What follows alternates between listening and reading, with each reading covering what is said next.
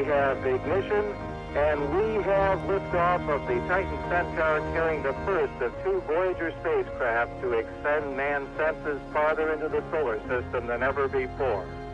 They were launched in 1977. That's a long time ago. We say 41 years, but it's really two generations ago.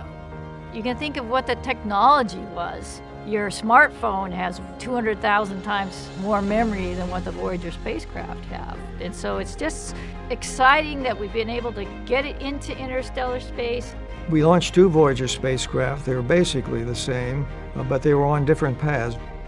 Voyager 2 was the one that was chosen to do the grand tour, that is to fly by Jupiter, and then Saturn, and then Uranus, and then Neptune.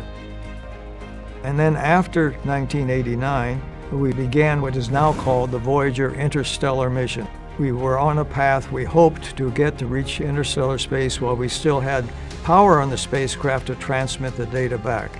And that's what Voyager 1 did in 2012, and that's now what Voyager 2 is starting to do in 2018. The sun creates this huge bubble of plasma, ionized material, blows outward at 1 million miles per hour and creates a bubble. And inside the bubble, most of the material has come from our sun, and the magnetic field has come from our sun.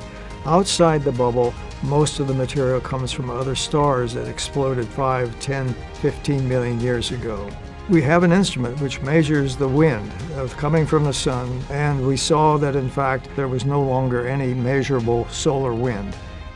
We had left the bubble, basically. The team has been looking forward for this for a long time and really working hard in an engineering sense to make this day happen and to keep the spacecraft with all the instruments on so that all 5 instruments could sense the heliopause crossing and have data for that. What that means is that the Voyager 2 spacecraft is now traveling in interstellar space.